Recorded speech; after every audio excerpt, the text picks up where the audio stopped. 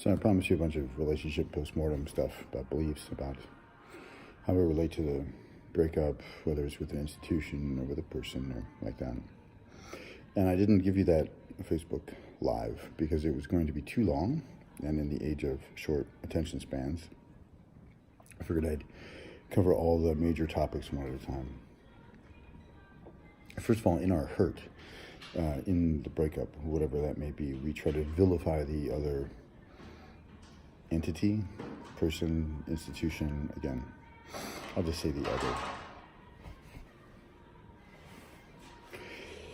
And in doing so, we claim to be reclaiming our power, but we're not really. What we're doing is we're vilifying the other. And the truth is, it's never us or them that cause the problems in the relationship, whatever that may be. It was the combination of the two. Relationships are a quantum affair. So in the quantum world, 1 + 1 doesn't always equal 2. It either equals more than 2, which is we call, synergy, or it equals less than 2, in which case we call it conflict. But I'm sure you've had the experience of going, wow, these things you say about this person, I didn't have that experience with them.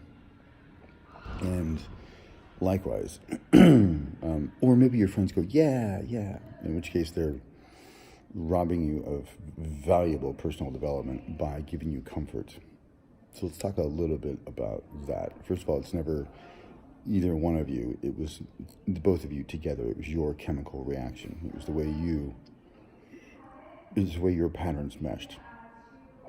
The most responsible way to talk about a breakup would be to say our patterns didn't mesh well, and know that someone else's experience of the person is going to be radically different than your experience of the person, especially when love or a future is involved. That's first. It wasn't them or you, or at the very least it was that you lacked facility around their particular quirks.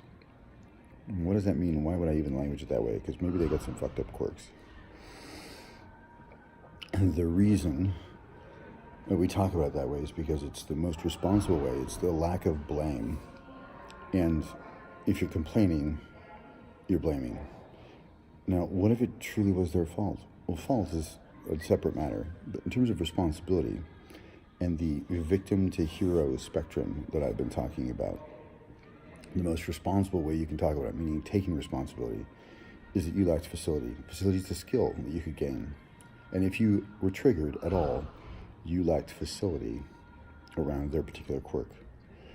Why do we language it this way? Because it's not to give the other person grace. This is a private matter. This is in your own mind. Well, primarily we do it to gain power.